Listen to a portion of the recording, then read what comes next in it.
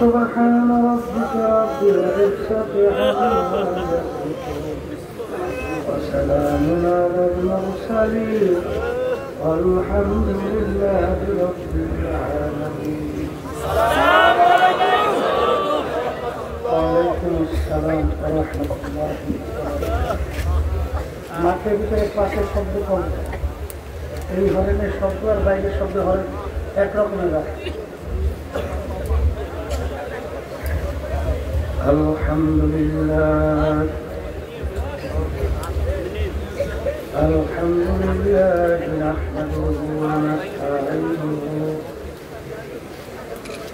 ওয়া নাস্তাগফিরুহু ওয়া নু'মিনু বিহি ওয়া নাতাওয়াক্কালু আলাইহি ওয়া না'উযু বিল্লাহি মিন শুরুরি আনফুসিনা من يهده الله فلا مضل له ومن يضلله فلا هادي له ونشهد أن لا إله إلا الله وحده لا شريك له ونشهد أن محمدا عبده ورسوله. أما بعد فأعوذ بالله من الشيطان الرجيم.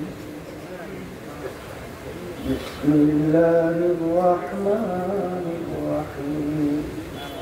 كل نفس ذائقة الموت. صدق الله العلي العظيم. এই বক্তব্য শব্দটি বাড়াও, দূরের শব্দ আর মাঠের শব্দ একরকমের রাখার চেষ্টা করো। সবাই দুরূদ শরীফ পড়ি।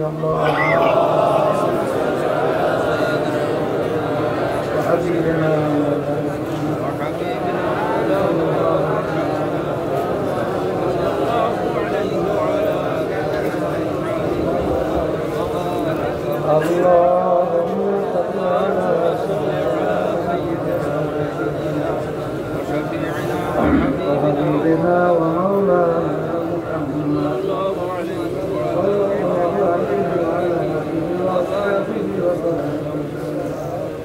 اللهم وشفيعنا وحبيبنا ومولانا صلى الله عليه وعلى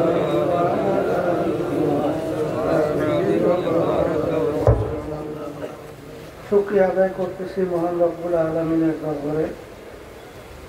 রব্বুল আলামিন ফিতনা ফাসাদের যুগে বৃষ্টি বর্ষার মধ্যেও সুন্দর পরিবেশে বেহেশতের বাগানের মধ্যে আল্লাহ রাব্বুল আলামিন আমাদের একটা জীবনের সময় কাটাবার সুযোগ করে দিয়েছেন। শুকরিয়া আমি বলি আলহামদুলিল্লাহ। অনেক লোকের কানে মাহফিলের দাওয়াত পৌঁছার পরেও অনেকের সুযোগ থাকা সত্ত্বেও মাহফিলে আসে না। আবার তালাশ করলে দেখবেন বহু দূর থেকে কষ্ট স্বীকার করে। আমার অনেক ভাইরা মাহফিলে পাগলের মতো ছুটে চলে আসে, মান যাত্রা বলে না। যে যে জিনিস পাওয়ার জন্য চেষ্টা করে ওই জিনিস সে পাইয়াও যায়। আমার আব্বাজান দাদাজান বলতেন, তিনি মাহফিলে প্রথম থেকে শেষ পর্যন্ত থাইতে বাড়ি বিদায় হয়ে চলে গেলেন। আমল নামার মধ্যে কম পক্ষে হলেও 50 লক্ষ নেকি আর কম জমা হতেই পারে। নিয়ার যাদের সহি আল্লাহকে রাজনীতি উদ্দেশ্যে যারা আসছে রব্বুল আলামিন লক্ষ লক্ষ নেকি আমল নামে দান করবে। একটা নেকির মূল্য সম্পর্কে আল্লাহ রাসূল সাল্লাল্লাহু আলাইহি ওয়াসাল্লাম অহুদ পাহাড়কে ইঙ্গিত করে বলছিলেন, পুরা পাহাড়টা যদি স্বর্ণের হয়ে যায় এর যত মূল্য হবে তুলনা ছাড়া একটা নেকির মূল্য অনেক বেশি। একটা নেকির প্রয়োজন সম্পর্কে আল্লাহ রাব্বুল আলামিন কোরআনুল কারীমের ভিতরে বলছেন, ফামান ইয়া'মাল মিসকালা যাররাতিন খায়রান ইয়ারাহ ওয়া মান ইয়া'মাল মিসকালা যাররাতিন শাররান ইয়ারাহ।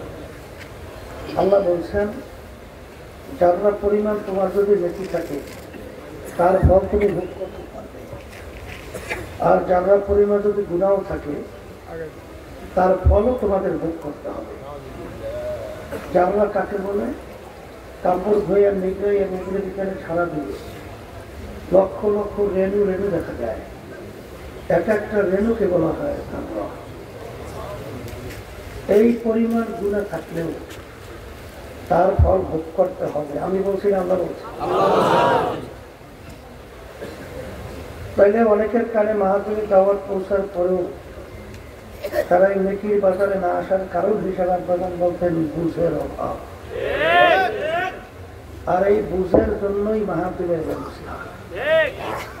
এখন কথা হলো, মাহফিল তো বুঝের জন্য, কিন্তু সবাই কিন্তু বুঝবে না।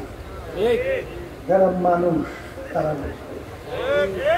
আর সুরাতে সিরাতে মানুষ ভিতরটা আবু জাহাল বা সাহেব আবুল হাবের চেয়েও খারাপ। এরা কিন্তু বুঝবে না। বুঝবে?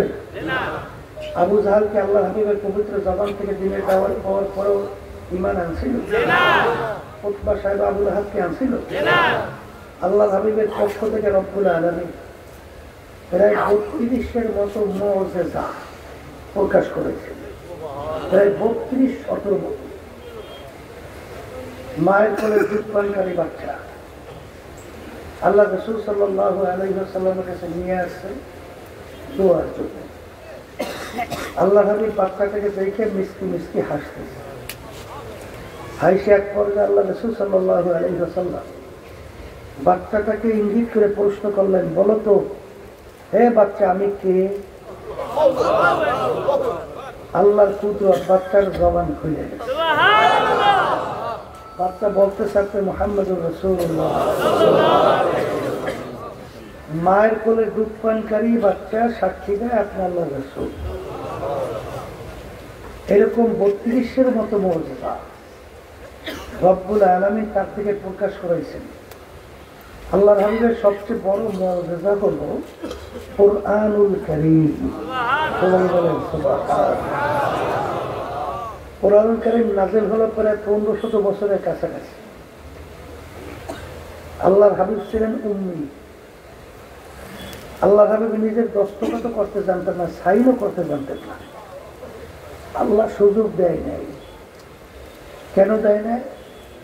হয়তোবা দুনিয়াদাররা বলার সুযোগ পেত। লোকটা খুব বেরেনি ছিল, উঁচু মাপের শিক্ষিত ছিল, খুব পাণ্ডিত মানুষ ছিল। কোরআনুল কারীম নিজে এইটা বলার জন্য সুযোগ না পায়। এই জন্য আল্লাহ রাব্বুল আলামিন তাকে দুনিয়ার কোনো শিক্ষায় শিক্ষিত হওয়ার সুযোগ হয়। আল্লাহর হাবিবের উপরে ছোট কপি বই 30 পারা কোরআনুল কারীম নাযিল হয়েছে। সেই কোরআনুল কারীমের শুরুতে আল্লাহ চ্যালেঞ্জ হিসেবে বলছেন যালিকাল কিতাব লা রাইবা ফীহি। এই যে কিতাব দেখো, এর ভিতরে কোনো ভুল সন্দেহ বলতে কিছু নাই। আপনারা জানেন আরবের কাফেররা আরবি ভাষী ছিল, তারা কোরআনুল কারীম বুঝতো, তারা ভুলভেদ করতে পারছিল না। বরঞ্চ যারাই কোরআনুল কারীম নিয়ে রিসার্চ করছে তারাই কিন্তু এক পর্যায়ে কালিমা ধরে মুসলমান হয়ে।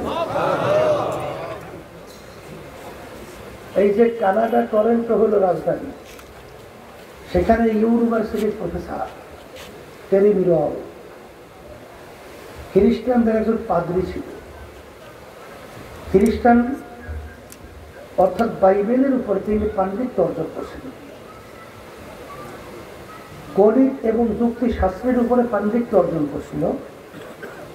তার সঙ্গে আহমদ দিদারের সঙ্গে যখন কোরআনুল কারীম এবং বাইবেল নিয়ে ডিবেট হয়, এক পর্যায়ে টেরি মিরল কোরআনুল কারীম নিয়ে যখন রিসার্চ করল, এক পর্যায়ে তিনি নিজেই কালিমা ধরে মুসলমান হয়ে গেলেন।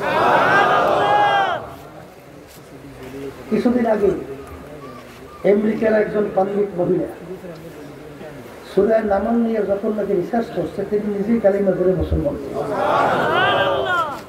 কিছুদিন আগে আমেরিকার এক খ্রিস্টানদের পাদ্রী, তিনিও রিসার্চ করার পর কালিমা ধরে মুসলমান হয়ে গেলেন।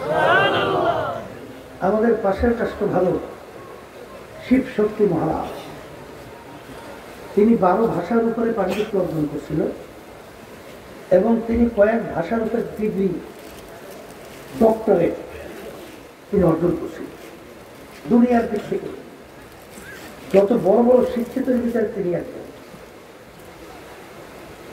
এরপরে অর্থের দিক থেকে প্রায় 3টে আশ্রমের মালিক ছিল, কোটি কোটি শত কোটি টাকার মালিক। কোটি কোটি হিন্দু তাকে ধর্মীয় ভগবান মানতে, তার সামনে হাত জোর করে তাকে নমস্কার তো ধর্মীয় ভগবান মানত। তিনিও রিসার্চ করার পরে কালিমা ধরে মুসলমান হয়ে গেলেন। ফ্রান্সের বিশ্ববিখ্যাত বৈজ্ঞানিক মরিস বুকাইল, তিনি আসমানি কিতাব নিয়ে যখন রিসার্চ করলেন, আসমানি কিতাবের সংখ্যা 104 কিতাব আসমানি। এর ভিতরে উল্লেখযোগ্য 4 কিতাব, কোরআনুল কারীম, তাওরাত, ইনজিল, জাবুর। তিনি ইনজিল নিয়ে যখন রিসার্চ করে দেখে আমেরিকা এবং লন্ডন সহ অন্যান্য দেশের ইনজিলের সঙ্গে পূর্ণ কোনো মিল নেই, তাওরাতের কোনো মিল নেই, জাবুরেরও কোনো মিল নেই। কিন্তু কোরআনুল কারীম নিয়ে তিনি যেখানেই রিসার্চ করে, এমনকি ওসমান গনি রাদিয়াল্লাহু তাআলা আনহু তার হাতে লেখা কোরআনুল কারীম এখনো বিভিন্ন মিউজিয়ামের ভিতরে সংরক্ষিত আছে, মদিনা শরীফ সহ। তিনি তাকে সেই কোরআনুল কারীম যে একটা নোক্তার কোনো পরিবর্তন নেই। তিনি চিন্তা করলেন আসমানি অন্যান্য কিতাব তার ভিতরে কি হয়ে গেছে, পরিবর্তন হয়ে গেছে, কিন্তু কোরআনুল কারীমে পরিবর্তন হয় নাই কেন? তখন তিনি রিসার্চ করে দেখে যে আল্লাহ রাব্বুল আলামিন অন্যান্য আসমানি কিতাব নাযিল করার পরে ওর হেফাজত বা সংরক্ষণের দায়িত্ব আল্লাহ রাব্বুল আলামিন নিজে নেয় নাই, কিন্তু কোরআনুল কারীম নাযিল করার পরে রব্বুল আলামিন বলেন ইন্না নাহনু নাযালনা যিকরা ওয়া ইন্না লাহু লাহাফিজুন। আল্লাহ বলছেন যে কোরআনুল কারীম নাযিল করলাম আমি এবং ওর সংরক্ষণের দায়িত্ব নিলাম আমি। এই জন্য তামাম দুনিয়ার যত শক্তি, যত কাফের, যত বেঈমান, যত বদমাইশ, যত নাস্তিক কোরআনুল কারীম নিয়ে যত চেষ্টা করবে ভুল বের করা, কোনোদিন পারে নাই, পারবেও না। তাই কোরআনুল কারীম এই 1500 বছর পরে এখন আমাদের মাঝে আছে না নাই? চ্যালেঞ্জের আয়াত আছে না নাই? কোরআনুল কারীমের ভিতরে সমুদ্র সম্পর্কে আলোচনা আসছে না? আল্লাহ রাসূল কি যেখানে জন্মগ্রহণ করছে আশেপাশে এখানে সমুদ্র ঘেরানো না বালিয়ার পাথর? খাল বিল আছে কিছু? পানি আছে, সমুদ্র আছে, আল্লাহ সমুদ্র দেখছি, কিন্তু কোরআনুল কারীমের ভিতরে আল্লাহ রাব্বুল আলামিন সমুদ্র সম্পর্কে আয়াত নাযিল করছেন। মারাজাল বাহরাইনি ইয়ালতাকিয়ান বাইনাহুমা বারযাখুন লা ইয়াবগিয়ান ফাবিআইয়ি আলা'i রাব্বিকুমা তুকাযযিবান। সবাই বলি সুবহানাল্লাহ।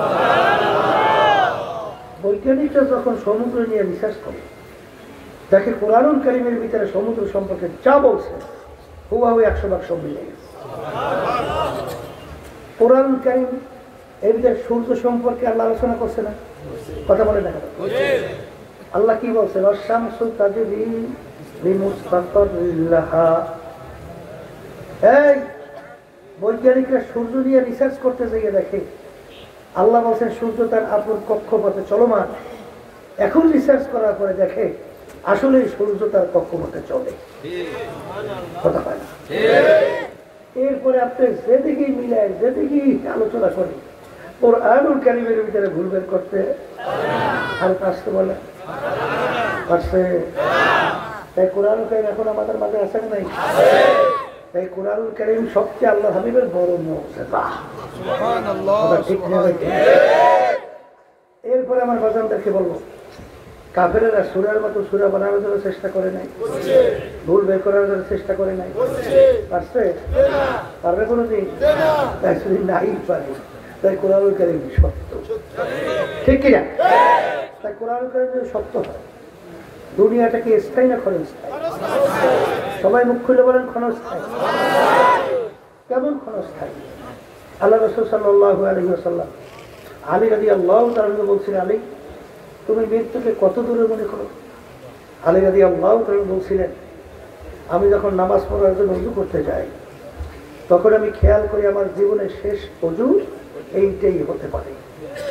সামনে রক্তের নামাজের জন্য ওযু করার সুযোগ আর নাও পাইতে আল্লাহ রাসূল সাল্লাল্লাহু আলাইহি ওয়াসাল্লাম বলেন, আলী তুমি তো ভুল করছো। এক নামাজ থেকে অন্য নামাজ আসতে মাঝখানে অনেক সময়ের ব্যবধান। মৃত্যু তো এত দূরে না। তুমি যখন নামাজের ভিতরে ডান দিকে সালাম ফিরাও তখন তুমি এই খেয়াল করো আমি বাম দিকে সালাম ফিরাতে পারি কিনা। এরকম মাঝে মাঝে কিছু ঘটনা আল্লাহ দেখায়। পটুয়াখালী গলাচিপা আমাদের চরমনে একজন মুজাহিদ ফজরের নামাজের জন্য যখন মসজিদে গেলেন ইমাম সাহেব আসে নাই। যখন তাকে লোকজন ইমামতির জন্য সামনে দিল, সে যখন 2 রাকাত ফরজ পড়ার পরে ডান দিকে সালাম ফিরি আর বাম দিকে ফিরাতে পারে নাই। এরপর তাকে দুনিয়াতে আল্লাহ বললেন, আর এই হলো দুনিয়া, এই হলো। আর আখিরাতের জিন্দেগি বলেন শুরু আছে আর শেষ নাই। বলেন আল্লাহ রাসূল সাল্লাল্লাহু আলাইহি ওয়াসাল্লাম উদাহরণ দিয়ে বলছেন, তামাম দুনিয়া যদি একটা গোডাউন বানাও, জমিন থেকে আসমান, পশ্চিম থেকে পূর্ব, উত্তর থেকে দক্ষিণ, এই পুরো জায়গায় যদি সরিষা দিয়ে ভরিয়ে রাখো আর একটা পাখিকে যদি বলা হয় পাখি একটা সরিষার দানা খাবা, আবার 500 বছর পরে আর একটা সরিষার দানা খাবা, এরকম 500 বছর পর পর একটা সরিষার দানা খাইতে খাইতে তামাম দুনিয়াময় সরিষা গোডাউনের একদিন শেষ হবেই হবে। কিন্তু আল্লাহ রাসূল সাল্লাল্লাহু আলাইহি ওয়াসাল্লাম বলেন, আখিরাতের জিন্দেগি শুরু হবে আর কোনোদিন শেষ না। ওই আখিরাতের স্থায়ী জিন্দেগির সম্পদ কামাই করার জায়গা কোথায়? বলেন দুনিয়াতে। আবার বলেন, আবার বলেন। আচ্ছা, দুনিয়া থেকে বিদায় নিয়ে কিয়ামতের ময়দানে কেউ যদি একটা নেকির জন্য ধরা খায়, কিয়ামতের ময়দানে ঘুরিয়ে পাওয়া যায়? কেন পাওয়া যায় না তাও বুঝতে হবে। কিয়ামতের ময়দানে এত ভয়াবহ হবে, নবীরা পরিশুদ্ধ উম্মতের কথা ভুলে যাবে। ওয়ায়াকুলু মুসা কালিমুল্লাহি নাফসি ওয়ায়াকুলু ঈসা রূহুল্লাহি নাফসি ওয়ায়াকুলু ইব্রাহিম খলিলুল্লাহি নাফসি।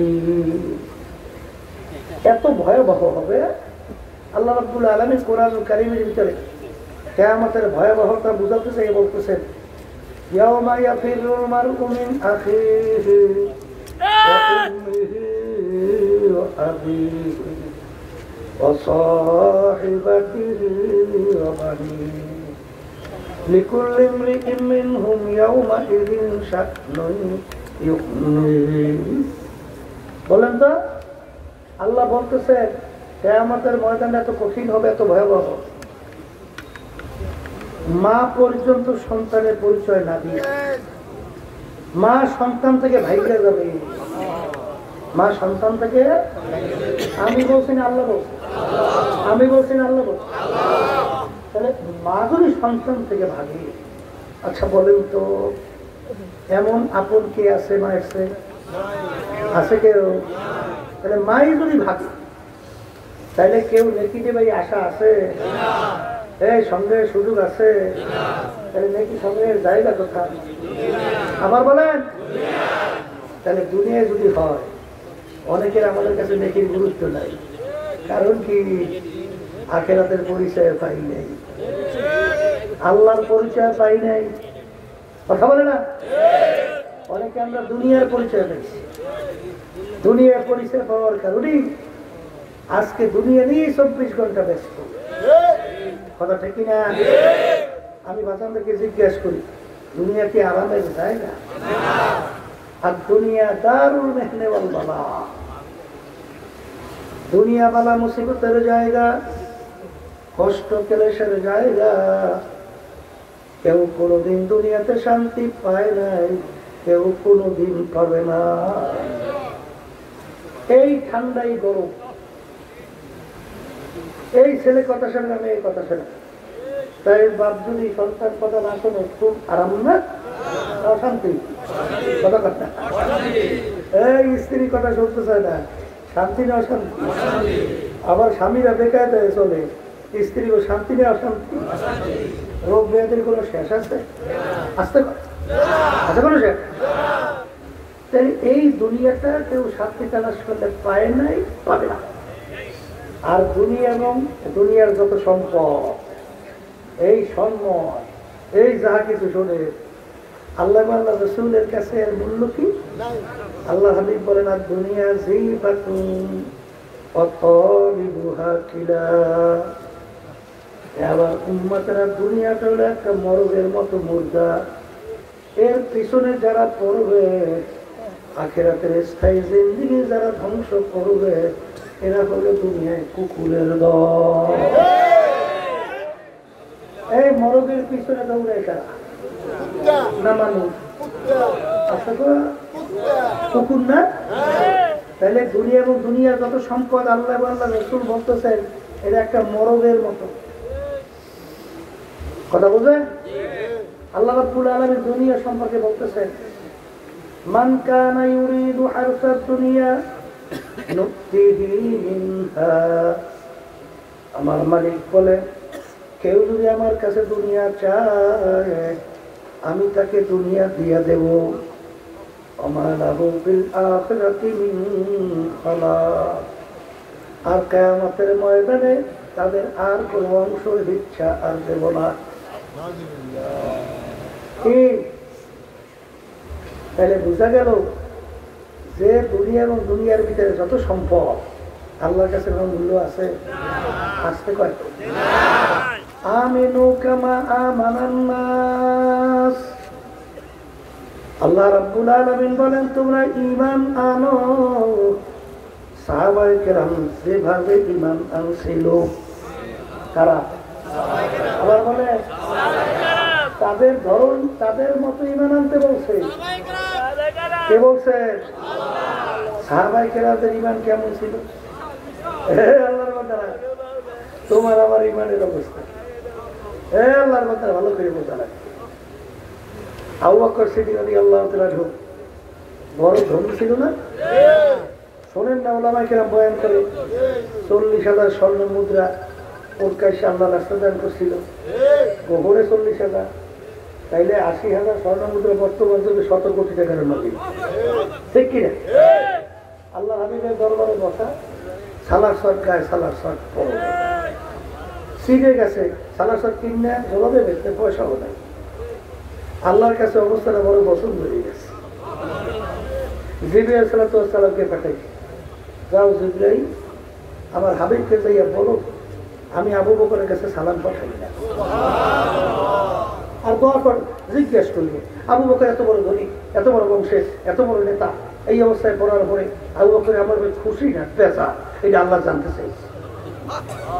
জিবরাইল সাল্লাল্লাহু আলাইহি ওয়াসাল্লাম আসে বলতেছে আল্লাহ রাসূল, আল্লাহ রাব্বুল আলামিন আবু বকরের কাছে সালাম পাঠাইছে আর জিজ্ঞেস করতে বলছে এই অবস্থায় আবু বকর পড়ার পরে আল্লাহর খুশি না পেশা, আল্লাহ জানতে চাইছে। আল্লাহ নবী সাল্লাল্লাহু আলাইহি ওয়াসাল্লাম বলে আবু বকর আমার মালিক তোমার কাছে সালাম পাঠায় আর জিজ্ঞেস করতে বল তুমি এই অবস্থায় পড়ার পরে তুমি আল্লাহর খুশি না বেজার, আল্লাহ জানতে চাইছে।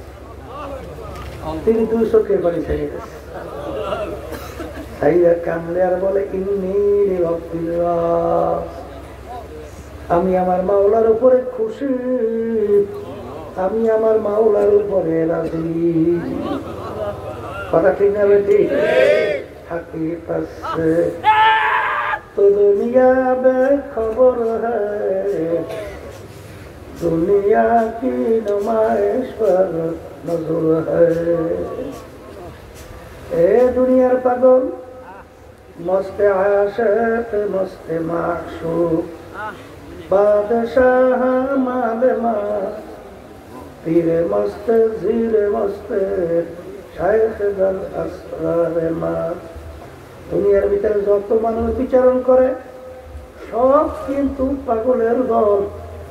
কেউ বা বেশি বেশি টাকা পয়সা কামাই করার জন্য পাগল, কথা বলে না? কেউ বা মেম্বার হওয়ার জন্য পাগল, কেউ বা চেয়ারম্যান হওয়ার জন্য পাগল, কেউ বা এমপি হওয়ার জন্য পাগল, কেউ বা সুন্দর গাড়ি বাড়ি করার জন্য পাগল, কেউ বা পীর মুফতি মুহাদ্দিস হওয়ার জন্য পাগল, কেউ বা সুন্দরী মেয়ে বিবাহ করার জন্য পাগল, কেউ বা সভাপতি সেক্রেটারি হওয়ার জন্য পাগল।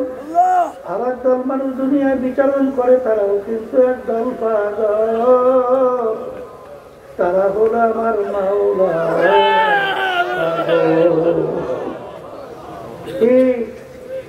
দুনিয়াদার পাগল একটু মাঝে মাঝে নিরিবিলি একটু চক্ষু বন্ধ করে মোরাকাবা করা দরকার নাই, একটু চিন্তা করা দরকার নাই।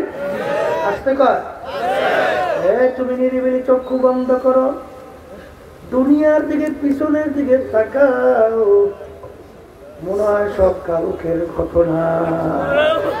এই কালকের ঘটনা মনে হয় না? হয় না? যার যত বয়স হয়েছে একটু পিছনের দিকে তাকাইয়ে দেখেন তো, মনে হয় যেন এই কালকে, মনে হয় না? ওদের আয়নার সামনে যখন চেহারার দিকে তাকায় তখন দেখি কাঁচা দাড়িগুলো তাই ফিরে গেছে, হ্যাঁ কাজগুলো ফিরে গেছে। আহা, এখন নানা হয়ে গেলাম, দাদা হয়ে গেলাম, কি এইবার কত লোক নিয়ে চায়ের টেবিলে চা খাইলাম, গল্পের টেবিলে গল্প করলাম, আল্লাহু আকবার, বাজারে বাজার করলাম, কিন্তু গল্পের টেবিলে সেই লোকগুলোকে আর দেখা যায় না। চায়ের টেবিলেও নাই, এই বাজারেও নাই। এই কিয়ামতের ময়দান আল্লাহ রাব্বুল আলামিন স্মরণ করে দেয়া বলতেছে, একজন আর একজনকে জিজ্ঞাসা করবে, ভাই কাম লাভিস না, আমরা দুনিয়ার ভিতরে কতদিন ছিলাম? একজন আরেকজনকে কাম লাভিস না, আমরা দুনিয়ায় কতদিন ছিলাম? একজন উত্তর দেবে লাভিস না ইয়াউমান আও বা'দা ইয়াউম, একদিন অথবা একদিনের কিছু অংশ মনে হয় ছিলাম, একদিন অথবা একদিনের কিছু অংশ। আর একজনে বলবেন না,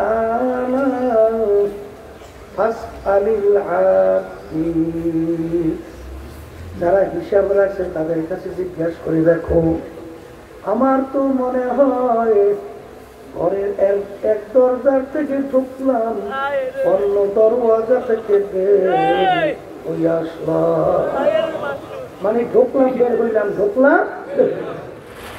আমার কাছে দুনিয়ার জিন্দেগি এরকমই মনে হয়। এই আল্লাহর বান্দা কি মাঝে মাঝে চক্ষু বন্ধ করে পিছনে তাকাইলে এরকম মনে হয় না? এরকম মনে হয় না? এই জন্য দুনিয়ার পরিচয় পাওয়া লাগবে, আখিরাতের পরিচয় পাওয়া লাগবে। একবার যদি আখিরাতের পরিচয় আল্লাহ ফজলে এসে যায়, দুনিয়ার কোনো মূল্যই তার কাছে আল্লাহর ফজলে থাকবে না। কথা ঠিক কিনা? যদি থাকতোই, সাহাবায়ে কেরামদের ইতিহাস পড়ে দেখেন, তাদের কাছে দুনিয়ার কোনো মূল্য ছিল না। কথা কাটা এরকম। এই যে শোনেন, ওসমান গনি রাদিয়াল্লাহু তাআলা আনহু, এখনো মদিনা শরীফ দেখবেন বড় বড় মাজরা, বড় বড় কি মাজরা আছে, এই বাগান। ওসমান গনি রাদিয়াল্লাহু তাআলা আনহুর নামই হলো ধনী ওসমান। নাম কি? তাদের দিলের ভিতরে দুনিয়ার মহব্বতের অবস্থান কি? আর এই ব্যবসা করতেন, বড় ব্যবসা, মালের বহর আসছে, বহু বিরাট মালের বহর, মালের খুব দরকারও ছিল, দামও উঠে গেছে 1 টাকায় 4 টাকা।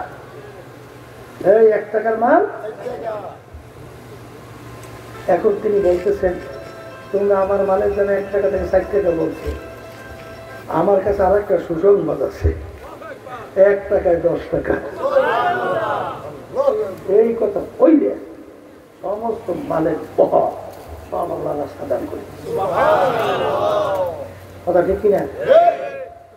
এটা কিন্তু দিলের ব্যাপার, ধনী হওয়া কিন্তু দোষ না, কিন্তু অন্তরের ভিতরে দুনিয়ার মহব্বত প্রবেশ করার দোষ। কথা ঠিক হবে? ঠিক।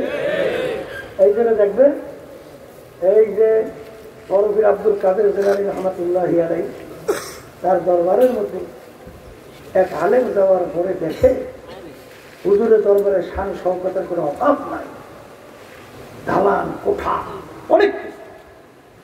তখন থেকে চিন্তা করলেন, এত বড় দুনিয়াটা, এ আল্লাহ আল্লাহ হয় কি করে?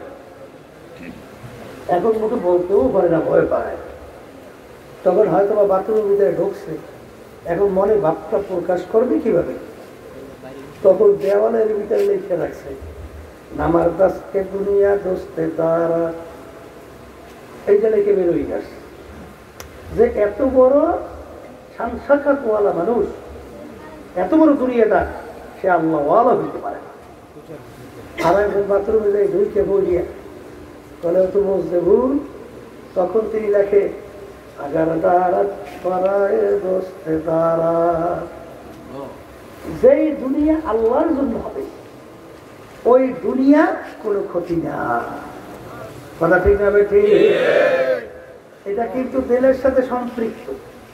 এর সাথে আপনি হালাল ভাবে, হালাল ব্যবসা যদি আপনি করেন, আর আপনার সম্পদ যদি আল্লাহ দান করেন, তাইলে হাদিসের মধ্যে আসছে যে নাকি সাদিকিন ব্যবসায়ী হবে, তার হাসর হবে সিদ্দিকীনদের সঙ্গে, নবীদের সঙ্গে। কথা ঠিক কিনা? হালাল রিজিক করার ব্যাপারে, কামাই করার ব্যাপারে অনেকের গুরুত্ব নেই। অনেকে কিন্তু দরবেশ সাজছে, দরবেশ বোঝেন না, এমন কামাই নেই, রোজগার নাই, কাজ নাই, কাম নাই, ব্যবসা বাণিজ্য কিছুই করে না, এমন দরবেশ জঙ্গলে জঙ্গলে ঘুরে, রাস্তায় রাস্তায় ঘুরে। এই যে ইসলাম নির্দেশ দিয়েছে, এইটা ইসলাম নির্দেশ দিয়েছে। হ্যাঁ, এই জন্য বোঝা লাগবে, নামি গুয়ামকে আগে দুনিয়া জুদাবাস বাহার কে বাসি বা খোদাবাস। আমার মালিক বলেন নাই যে তোমার সংসার বাদ দিয়া, ব্যবসা বাণিজ্য বাদ দিয়া, দোকানপাট বাদ দিয়া, এই খেতে খামার কাজকর্ম সব বাদ দিয়া তুমি জঙ্গলে যে আমার ইবাদত করো, এ নির্দেশ তো আল্লাহ দেয় নাই। আল্লাহ বলছে সব করা লাগবে, কিন্তু একটা মুহূর্ত আমার স্মরণ ভোলা যাবে না। এই জন্য দেখবেন কোরআনুল কারীমের ভিতরে আল্লাহ রাব্বুল আলামিন এই জুমার নামাজ, আইযা কুদিয়াতিস সালাতু ফান্তাশিরু ফিল আরদ ওয়াবতাগু মিন ফাদলিল্লাহ ওয়াযকুরুল্লাহা কাসীরা। আল্লাহ রাব্বুল আলামিন কি বলছেন? নামাজ আদায় করার পরে তোমরা দেরি না কইরা জমিনের ভিতরে নামবা। কেন? হালাল রিজিক কামাই করার উদ্দেশ্যে। কিন্তু ওই হালাল রিজিক যে কামাই করবা, এর ভিতরে আমার জিকির বেশি বেশি পরিমাণে করবা। ধরে বলেন কথা ঠিক কিনা? কোনটা দুনিয়া কোনটা আখিরাত? এটা কিন্তু বুঝতে হবে। একজন রাস্তার ফকির হইয়াও দুনিয়াদার হতে পারে, আর একজন রাজ সিংহাসনে বসেও সে আল্লাহ হইতে পারে। কথা ঠিক না ঠিক? শোনেন না, আগের যুগের বড় বড় বাদশা শোনেন নাই? বাদশাহ সেকান্দার তামাম দুনিয়ার বাদশাহী করলো। এই বাংলাদেশের মধ্যে দুই একটা দেশের রাজা না, তামাম দুনিয়া। রাজত্ব করার পরে তিনি ইন্তেকালের আগে ওসিয়ত করছিল, আমার মৌতের পরে আমাকে গোসল করাবা, কাপড় পরাইয়া হাত ধরে একটু বাহিরে রেখে খাটের ভিতরে উঠাইয়া খালি হাত বাহিরে রেখা শহরটাকে ঘুরাইয়া তারপর আমাকে দাফন করবা। তিনি দুনিয়া থেকে বিদায় হওয়ার পরে গোসল করাইয়া কাপড় পরাইল, খাটের ভিতরে উঠাইল, হাত ধরে বাহিরে শহর ঘুরায়। যারা বোঝে না তারা বলছে, দেখছো বাদশাহ জীবন আমাদের থেকে খাজনা এবং ট্যাক্স নিল, এখন মরার পরে কেমন হাত পাইতে আছে, মনে হয় খাজনা এবং ট্যাক্সটা। আলেমরা বলতেছে, বোকারা তোমরা তো বোঝো নাই, বাদশাহ সেকান্দার ইন্তেকালের আগে ওসিয়ত করছিল, মৌতের পরে খাটে উঠাইয়া হাত ধুইয়া বাহির রেখে শহর ঘুরাইয়া দাফন করার জন্য তিনি তামাম দুনিয়ার মানুষকে বোঝাতে চায়, তামাম দুনিয়ার মানুষেরাও আমি বাদশাহ সেকান্দারের মতো এত বড় বাদশা মনে কিন্তু আর কেউ হইতে পারবি না। কিন্তু আমি যখন কবরে রওনা করলাম, একেবারে দুইটা খালি হাত নিয়ে কবরে রওনা করলাম, আর কিছুই নিতে পারলাম না। এই জন্য আমার বাজানদেরকে বলবো যে বাদশা হইয়াও আল্লাহওয়ালা হইতে পারে, জোরে করা পারে কি পারে না? আবার রাস্তার ফকির হইয়াও দুনিয়াদার হইতে কি পারে কি পারে? দেখবেন একদল ফকির আছে, ওরা মানুষের কাছে অসহায় অবস্থায় টাকা পয়সা চায়, কিন্তু নামাজ সময় হয়েছে পড়ে না, আছে না নাই? রোজা ঠিক মতো রাখে না, আল্লাহর হুকুম নবী তরিকা অনুযায়ী যদিও নাকি ফকির, কিন্তু ওর মধ্যে দিনের বুঝ নাই এবং আল্লাহর মহব্বত আল্লাহর হুকুম পালন করার চিন্তাও কি। তাহলে ও ফকির হইয়াও দুনিয়াদার, ধরে বলেন কথা ঠিক না ভাই? ঠিক। এই জন্য আমার বাজানদেরকে বলবো, পর্যায়ের মা বোনদেরকে বলবো, আল্লাহ হাবিব সাল্লাল্লাহু আলাইহি ওয়াসাল্লামের সবচেয়ে বড় মুজিজা কোনটা? বলেন কোরআনুল কারীম। আবার বলেন, এখন কোরআনুল কারীম বাজান এখন 1450-1500 বছর হয়ে গেছে, ঠিক না? এখন আমাদের মাঝে আসে না নাই? এখন এই কোরআনুল কারীমের ভিতরে আল্লাহ রাব্বুল আলামিন মানুষকে কেন বানাইছে, অন্যান্য মাখলুকাত কেন বানাইছে, মানুষের কি করণীয় কি বর্জনীয়, এই সব দিক নির্দেশনা দেশে কি দেয় না। আর এইটা বুঝাবার জন্য আল্লাহ রাব্বুল আলামিন তার রাসূলকে দুনিয়াতে পাঠাইছে, এই কথা ঠিক কিনা? এই জন্য আল্লাহ নবী বলছেন, বুইস্তু মুআল্লিমা, আল্লাহ আমাকে উস্তাদ হিসেবে পাঠাইছে। হিসেবে পাঠাইছে, তাই আল্লাহর হাবিবকে উস্তাদ হিসেবে পাঠাইয়া আল্লাহ রাব্বুল আলামিন তাকে বাশীরা ওয়া নাযীরা, সুসংবাদ এবং ভয়, এইটা দেখাবার জন্য আল্লাহ রাব্বুল আলামিন তার রাসূলকে দুনিয়াতে পাঠাইছে। জোরে বলেন কথা ঠিক কিনা? আমাদেরকে আল্লাহ বানাইছেন, দুনিয়াতে পাঠাইছেন কেন? বলেন তার ইবাদতের জন্য। এটা কোরআন শরীফে আল্লাহ বলছেন, কি বলছেন? ওমা খালাকতুল জিন্না ওয়াল ইনসা ইল্লা লিয়াবুদুন। কথা ঠিক কিনা? এখন বলতে পারেন, হুজুর আমাদেরকে আল্লাহ ইবাদতের জন্য বানাইছে, কিন্তু অন্যান্য মাখলুকাত আল্লাহ বানাইছেন কেন? ওই কোরআনুল কারীমের ভিতরে আল্লাহ বলতেছেন, ওয়াখুলিকা লাকুম মা ফিল আরদি জামিআ, অন্যান্য মাখলুকাতগুলো আমি বানাইলাম তোমাদের জন্য। সূর্য আমাদের দরকার আছে না নাই? একটা মানুষ যদি দুনিয়া না থাকে, সূর্যের কিন্তু কিছু আসে যায় না। আর সূর্য যদি না থাকে, একটা মানুষও দুনিয়ায় বাঁচবে না। তাহলে সূর্য আল্লাহ বানাইছেন কাদের জন্য? মাছ আমাদের দরকার আছে না? একটা মানুষ দুনিয়া না থাকলে মাছের কিন্তু কিছু আসে যায় না। গাছ আমাদের দরকার আছে না নাই? একটা মানুষ না থাকলে গাছের কিন্তু কিছু আসে যায় না। বাজান গরু আমাদের দরকার আছে না নাই? একটা মানুষ না থাকলে গরু কিন্তু কিছু আসে যায় না। তাহলে সমস্ত মাতৃকাত বানাইলেন মালিক আমাদের জন্য, আর আমাদেরকে আমার মালিক বানাইলেন তার ইবাদতের জন্য। সবাই জোরে বলেন সুবহানাল্লাহ। এই আল্লাহর বান্দারা, পর্দারে মা বোনেরা, মালিক আমাদেরকে বানাইলেন তার ইবাদতের জন্য। ইবাদত একটা আরবি শব্দ, উদ্দেশ্য বলে গোলামি। বাংলা অর্থ হলো মালিকের হুকুম অনুযায়ী চলা। বাজার আমরা নামাজ পড়ি, এরা মালিকের হুকুম পালন করি। রোজা রাখি, মালিকের হুকুম পালন করি। হারাম হালাল তমিজ পার্থক্য করে খাই চলি, মালিকের হুকুম পালন করি। পর্দা করি, মালিকের হুকুম পালন করি। ধনী হইলাম, হজ যাকাত আদায় করি, মালিকের হুকুম পালন করি। সুন্নাত তরিকায় চলি, মালিকের হুকুম পালন করি।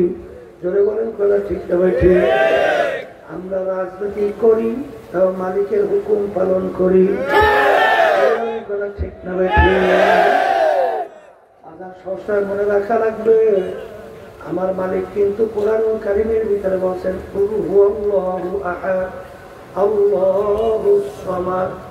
আমার মালিক বলেন আমি বেনিয়াজ, বেপরোয়া, তামাম দুনিয়ার সব মানুষ যদি আমার নাফরমানি করো, এতে কিন্তু আমার এক বিন্দু কোনো ক্ষতি নাই। জোরে বলেন কথা ঠিক না ঠিক? আর আমার হুকুম অনুযায়ী যদি চলো, লাভ তোমার, না চললে ক্ষতিও তোমার। এই যে আমার বাজানদেরকে বলবো, নামাজ পড়া যেরকম নাকি ইবাদত, নামাজ না পড়াও কিন্তু ইবাদত। রোজা রাখা যেরকম নাকি ইবাদত, রোজা না রাখাও কিন্তু ইবাদত। অনেকে বলতে পারেন হুজুর নামাজ পড়লে ইবাদত হবে, নামাজ না পড়লে ইবাদত কিভাবে হয়? সূর্য উঠতেছে, মাথার উপরে চলে আসছে, সূর্য ডুবতেছে, ওই সময় যদি কেউ নামাজ পড়ে সব না গুনাহ? তাহলে বোঝা গেল ওই নামাজটা মালিকের হুকুম অনুযায়ী না হওয়ার কারণে পড়লাম নামাজ, পাইলাম গুনাহ। বাজান ঈদের দিন যদি কেউ রোজা রাখে, সবের পরিবর্তে গুনাহ আমলনামায় জমা হবে। কারণ কি? রাখলাম রোজা, পাইলাম গুনাহ, কারণ আল্লাহর হুকুম অনুযায়ী না হওয়ার কারণে। যদি বলেন কথা ঠিক কিনা? তাইলে বোঝা গেল যে কাজটা মালিকের হুকুম অনুযায়ী হবে, ওই কাজটা ইবাদতের ভিতরে গণ্য হবে। আর যেটা মালিকের হুকুম অনুযায়ী হবে না, ওইটা ইবাদতের ভিতরে গণ্য হবে না। এই জন্য আমার বাজানদেরকে বলবো, পর্দারে মা বোনরা যারা শুনছেন, বাজান উদখুলু ফিস-সিলমি কাফা। আমার মালিক বলছেন তোমরা পুরাপুরি দিনের ভিতরে ঢোকো। কিছু মানবা কিছু মানবা না, তা কিন্তু হবে না। বাজান ভালো করে মন কি বোঝানো লাগবে। আমার আব্বাজান রাহমাতুল্লাহি আলাইহি বলতেন, বাজান ছাত্র 10 সাবজেক্টে পরীক্ষা দিল, 9 সাবজেক্টে গড়ে যদি 100 করে নম্বর পায়, এক সাবজেক্টে যদি ফেল করে, ছাত্র কিন্তু ফেল। ঠিক আছে, ইয়াউমা আকমালতু লাকুম দীনাকুম ওয়া আতমামতু আলাইকুম নি'মাতি ওয়া রাদিতু লাকুমুল ইসলাম দীনা। দিন কিন্তু পরিপূর্ণ, দিনের ভিতরে বাড়তি কমতি আর কোনো দিক নাই, আর কোনো দিন আসবে না।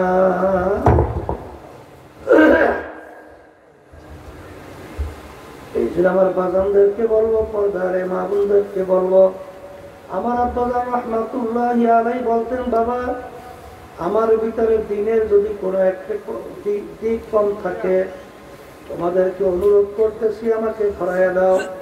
কারণ আমার মালিক বলছে পুরা দিনের ভিতরে ঢুইতে তারপর কবরে আইসো।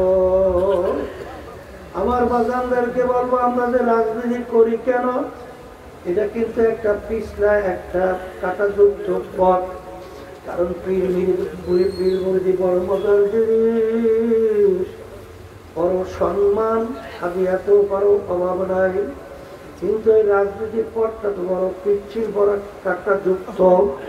বাজারে এই পথে চলতে গেলে অনেক সময় গালি খাওয়া লাগে, অনেক সময় মারার হুমকি দেয়, অনেক সময় জেলেও যাওয়া লাগতে পারে, অনেক সময় বিভিন্ন মুসিবতের কোনো শেষ নাই।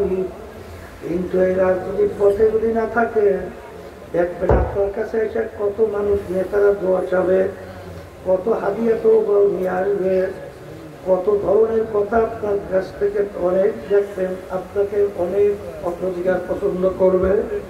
কিন্তু আপনি যখন বলবেন যে এই মানব রচিত কুফুরি তন্ত্র মন্ত্র, এটা মানা যাবে না, এটা কিন্তু কুফুরি। কারণ আল্লাহ রাব্বুল আলামিন বলেন ইন্না দীনা ইনদাল্লাহিল ইসলাম, আমার কাছে একমাত্র নীতি আদর্শ গ্রহণযোগ্য, সেই নীতি আদর্শের নাম হলো ইসলাম। আমার মালিক কোরআনুল কারীমের ভিতরে বলে ওমান লাম ইয়াহকুম বিমা আনজালাল্লাহ ফাউলাইকা হুমুল কাফিরুন ফাউলাইকা হুমুল ফাসিকুন ফাউলাইকা হুমুল যালিমুন। যারা আমার নীতি আদর্শ অনুযায়ী রাষ্ট্র পরিচালনা করবে না, ওটা কাফের, ওটা জালেম, ওটা ফাসিক। এই জন্য আমার বাজানদেরকে বলবো, আল্লাহ রাসূল সাল্লাল্লাহু আলাইহি ওয়াসাল্লাম রাষ্ট্রপ্রধান ছিলেন কি ছিলেন না? আল্লাহ রাসূল রাষ্ট্র চালাইছে কি চালায় না? সাহাবায়ে কেরাম রাষ্ট্রপ্রধান ছিলেন কি ছিলেন না? সাহাবায়ে কেরাম রাষ্ট্র চালাইছেন কি চালায় না? কে শুনবেন কে মানবেন তা জানি না। এই জন্য দেখবেন উলামায়ে কেরাম বয়ানের শেষে অনেক সময় বলে ওমা আলাইনা ইল্লাল বালাগ, আমাদের দায়িত্ব তোমাদের কাছে পৌঁছানো। এই মানবা কে মানবা না এটা আমাদের বিষয় না, এটা বুঝবা তুমি মালিকের সঙ্গে। এই আল্লাহর বান্দারা, পর্দায় মা বোনেরা, ভালো করে মনকে বুঝাও, তারপর কবরে রওনা করো। কারণ আমার মালিক বলছেন ওয়ালানাবলুওয়ান্নাকুম, অবশ্যই অবশ্যই তোমাদেরকে আমি পরীক্ষা করবই করব। কেমন পরীক্ষা? নবীরা পর্যন্ত এক পর্যায়ে হাত উপরের দিকে উঠাইয়া দুই চোখের পানি ছাড়ে আর বলে মাতা রাসূলুল্লাহ, হে আমার দয়ার মালিক, আপনার সাহায্য কোথায়? এই অবস্থায় না পড়লে দেশ তো ঢুকে গেল। আল্লাহ রাসূল সাল্লাল্লাহু আলাইহি ওয়াসাল্লাম আহারের ন্যায়ের পক্ষে অন্যায়ের প্রতিবাদে তখন বলা শুরু করলেন আল্লাহর উপরে ঈমান আনার দাওয়াত, এবং ওদের অন্যায়ের প্রতিবাদে যখন আল্লাহর হাবিব বলা শুরু করলো, এমন ভাবে আল্লাহ রাসূল সাল্লাল্লাহু আলাইহি ওয়াসাল্লাম তার উপরে আক্রমণ করলো, মাথার ভিতরে হেলমেট ফাইলিয়া ছিল। আল্লাহর হাবিবের শরীর মোবারক থেকে রক্ত মোবারক বের হইয়া জুতা মোবারক পর্যন্ত আইতে ছিল। বাজার আল্লাহর হাবিব দাঁড়াইয়া থাকতে পারে না, উহুদের জমিনের ভিতরে খারাপ করে পড়িয়া গেল।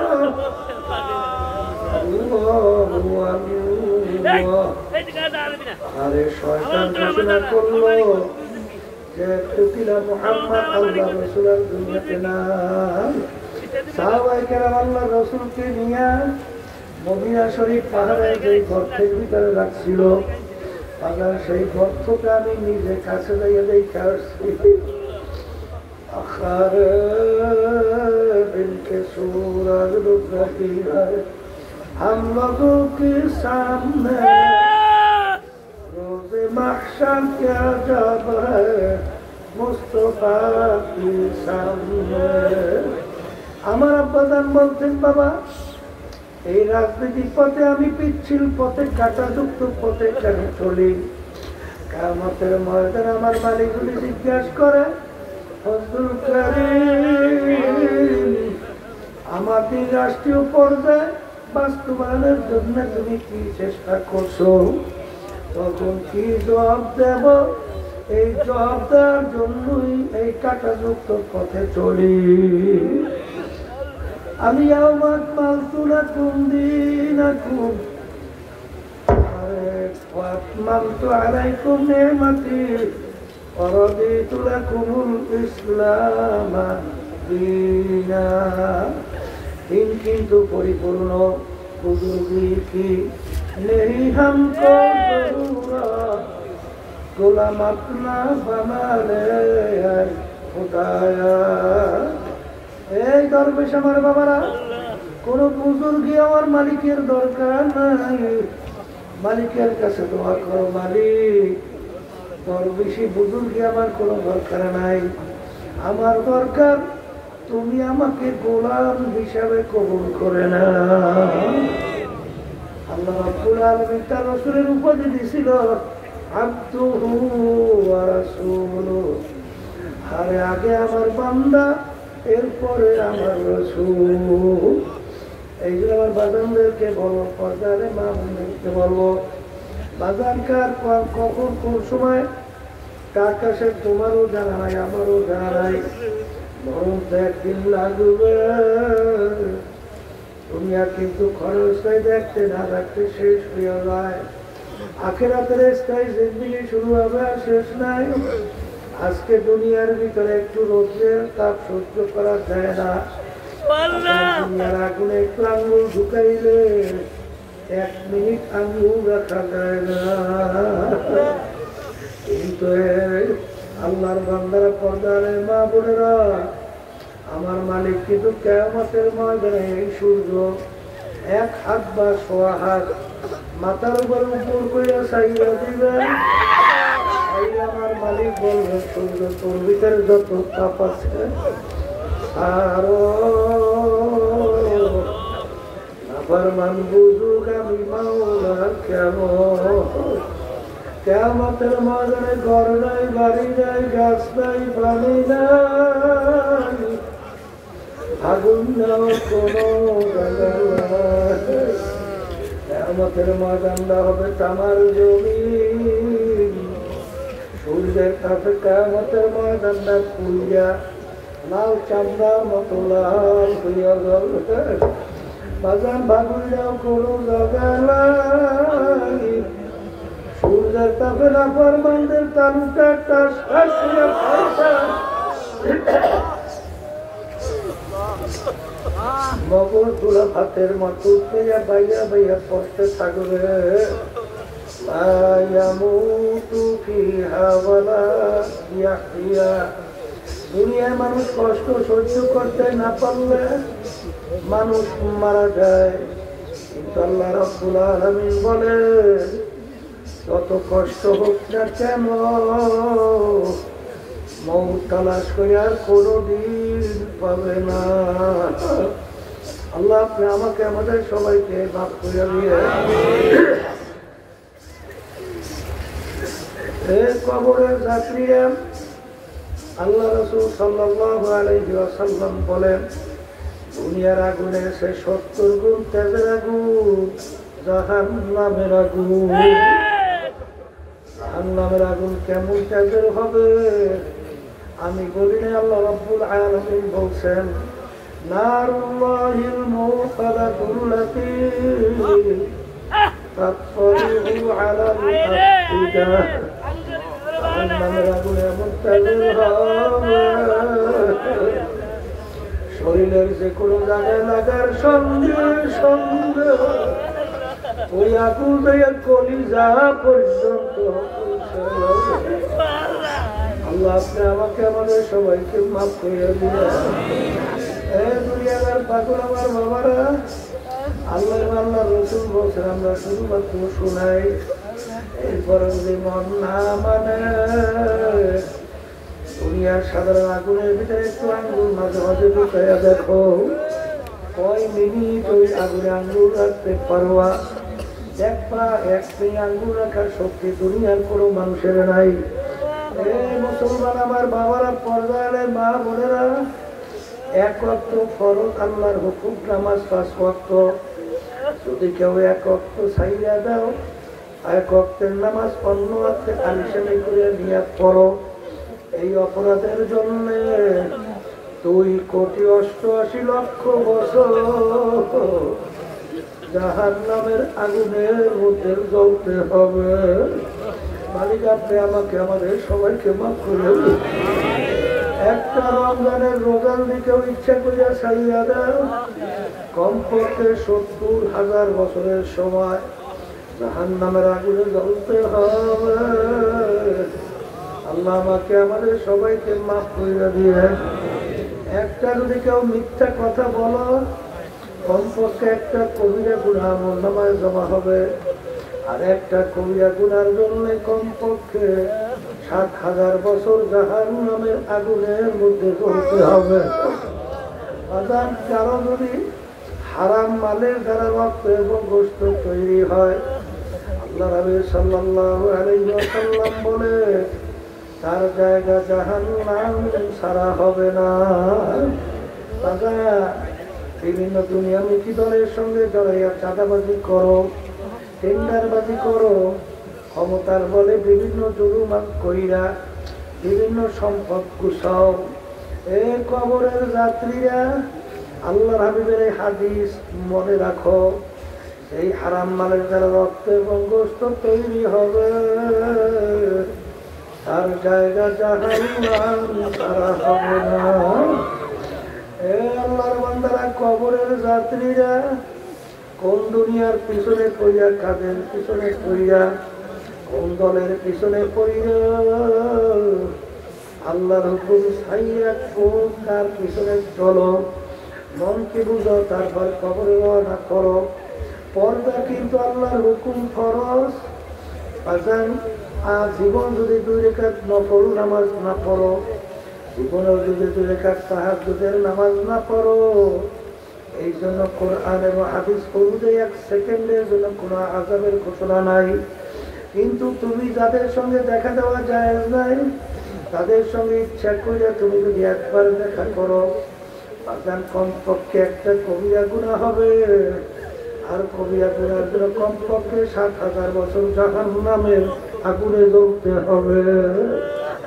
এই কবরের যাত্রীরা, পর্দায় মা বোনেরা, কার জন্য এই সম্পদ রাইখা যাও? বাজার কোন দলের পিছনে করছো? আমার মালিক কোরআনুল কারীমের ভিতরে আগেই জানায় রাখছেন, ইয়াউমা নাদউ কুল্লা উনাসিন বিইমামিহিম। আমার মালিক কিয়ামতের ময়দানে প্রত্যেকটা মানুষকে তার দলের নেতা নেত্রীর সঙ্গে ডাকবে। তাই কি আমার মালিক বলবে, তোর দলের নেতা নেত্রী যেদিকে যায় ওদের পিছনে পিছনে সেই দিকে চলে যাওয়া। এক কথায় তোমার নেতা নেত্রী যেখানে জায়গা, আমার মালিকও বলেন তোরও সেইখানে জায়গা। এই কবরের যাত্রীরা কে মানবা কে শুনবা জানি না। বাজার সবসময় মনকে বুঝো, তারপর কবরে রওনা করো। একটা পিটান সহ্য করা যায় না। আল্লাহ রাসূল বলেন, আল কবরু রাওযাতুম মিন রিয়াদিল জান্নাহ আও হুফরাতুম মিন হুফারিন নার। এ আমার উম্মতেরা, এই যে কবর দেখো, এই কবর কিন্তু আসল কবর না। আরে কোন কোন আল্লাহর বান্দা বান্দির কবর একটা বেহেশতের বাগান হইয়া যাবে। মালিক আপনি আমার জন্য, আমাদের সবার জন্য কবুল করে না। আল্লাহ রাসূল বলেন, কোন কোন নাফরমানের কবরের মধ্যে জাহান্নামের আগুন এসে ভরে যাবে। মালিক আপনি আমাকে আমাদের সবাইকে মাফ করে দিয়ে। আল্লাহ রাসূল বলেন, আমার উম্মতেরা, কোন কোন নাফরমানের কবরের ভিতরে সাহাতুন ওয়া তিসঈনা লাউ নুফিকা ফিল আরদি মা আনবাতাত খাদরাহা। কোন কোন নাফরমানের কবরের মধ্যে একটানা দুইটানা 99টা বিষাক্ত সাপ জমা হবে। সাপ কেমন বিস্তার হবে, জমিনের ভিতরে মাথা কইরা যদি ফুটে তো গাছপালা মাথা জাগাতে পারতো না। কিয়ামত পর্যন্ত নাফরমানকে চেঁচাইয়া চেঁচাইয়া ঠোকরাবে। আমি বলে যাই, আল্লাহ রাসূল বলতে শোনাইতেছি, 2 জন ফেরেশতা আমরা বয়রা কিয়ামত পর্যন্ত নাফরমানকে গুরু দিয়া পিটাইতে পারবে। মালিক আপনি আমাকে আমাদের সবাইকে মাফ করে দেন। যারা বিশ্বাস করছে ইমান আনছিল তাদের ইতিহাস পড়লে দেখো আরে ওমর রাদিয়াল্লাহু তাআলা আনহু কাঁদতে কাঁদতে গালের ভিতরে দাগ পড়ে গেছিল। ওসমান রাদিয়াল্লাহু তাআলা আনহু অনেক সময় কবর দেখতে এমন ভাবে অজরে কান্না শুরু করত, অনেক সময় দাঁড়ানো অবস্থায় ঠাস করে বৈশা পড়ত। লোকেরা বলে আমি এরকম কবর দেখলে আপনি কেন অস্থির হইয়া যান? তিনি বলেন ও আমার সাথীরা, আখিরাতের যেই কয়টা ঘাটি তার ১ম নম্বর ঘাটি হইল কবর। এই কবরে যার সঙ্গে ভালো ব্যবহার হবে সামনের ঘাটিতেও ভালো ব্যবহার আশা করা যায়। এই জন্য আমি কবর দেখলে সহ্য করতে পারি না। সেই মামলার তকদির নাই, সেই মামলারও কিন্তু খালাস নাই। আমি আমার বাজারদেরকে বলবো, পর্দারে মা বোনদেরকে বলবো, কবরে কিন্তু কোনো দলাদলি নাই। কবরকে ওই পরিচয় দেয় আমি চরমনায় মুড়ি, এই পরিচয় কিন্তু কবরে কোনো কাজ হবে না। যদি কেউ পরিচয় আমি অমুক দলের লোক, অমুক পীরের মুড়ি, অমুক বাবার লোক, অমুক বংশের লোক, ওরকম শিক্ষিত চেয়ারম্যান মেম্বারের জিনিসটা, এই পরিচয় কিন্তু কবরে চলবে না। মন ছিল ধরে মন। বাদশা প্রেসিডেন্ট যখন দুনিয়ার ভিতরে আসছিল, হাজার ল্যাংট অবস্থায় দুনিয়ায় আসছিল। রাস্তার ফকির যখন দুনিয়ায় আসছিল, সেও কিন্তু ল্যাংট অবস্থায় আসছিল। ভাগ্যের বিনিময় কেউ বা রাজা, আর কেউ বা প্রজা, আরে কেউ বা প্রেসিডেন্ট, কেউ বা রাস্তার ফকির। ঠিক বাবার কিয়ামতের ময়দানে অনেক ফকির আল্লাহর ফজল করবে, বাদশাহ হইয়া উঠবে। আর অনেক বাদশাহ কিয়ামতের ময়দানে ফকির হইয়া উঠবে। একদিন আল্লাহর নবীর ইতিহাস পড়তে দেখবে, তারা কিন্তু গুনার কথা মনে করিয়া, কবরে আযাবের কথা মনে করিয়া, ময়দান জাহান্নামের কথা মনে করিয়া, কিয়ামতের ময়দানের কথা মনে করিয়া, মিজান পুরসারাতের কথা মনে করিয়া কাঁদতে কাঁদতে তারপর মাওলার কবরে রওনা কইরা গেল। আসলে বাজার যে এই মামলার তকদির নাই, ওই মামলারও কিন্তু খালাস নাই। একদিন আমার বাজানদেরকে বলবো, মালিক যখন মাহফিলে নিয়ে আসছেন, আমার মালিক বড় দয়ার মালিক, আমার মালিক বড় মায়ার মালিক। তোমার যদি পাহাড় পরিমাণে গুনাহ হইয়া থাকে, আমার মালিকের কাছে খালেস তওবা কইরা তেলটাকে বাইরে 2 চোখের পানি ছাইরা যদি মালিকের কাছে ডাক দিয়া বলতে পারো, মালিক আমার নাম তোমার দরবারে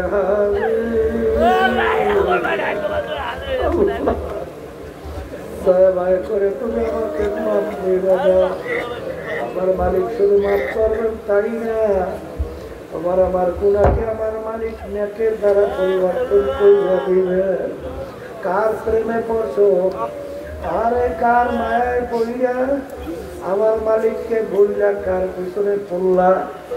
আরে ওই দিনের রাত্রির কথা খেয়াল করো। এদিন তোমার আমার বাড়ির পাশের মসজিদের মাইকে ঘোষণা হইতে থাকবে, বাড়িওয়ালা নাই রে বাড়ি, নাই রে দুনিয়াতে। সেদিন হালাত তাকাইয়া দেখো, সাদা 3টা কাপড় দিয়ে তোমাকে প্যাঁচ দিয়ে ফালাইয়া রাখবে। কোথায় তোমার টাকার গরম, কোথায় তোমার ক্ষমতা, কোথায় বংশের গরম, কোথায় শিক্ষার গরম, আজান কিছুই কিন্তু আর থাকবে না। আমার মালিক যখন মাহফিলে নিয়ে আসে, দুই হাত তুলে মালিকের কাছে কান্দো আর মাপ চাও। আমার মালিকের কাছে মাপ চাওয়ার মতো যদি চাইতে পারো, আমার মালিকের হাতে যখন কালাম তোমার আমার দেলকে ঘুরাই আল্লাহ মুখী কইরা দিবে।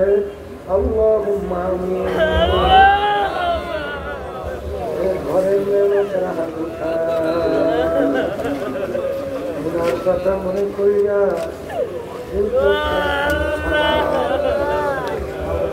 করে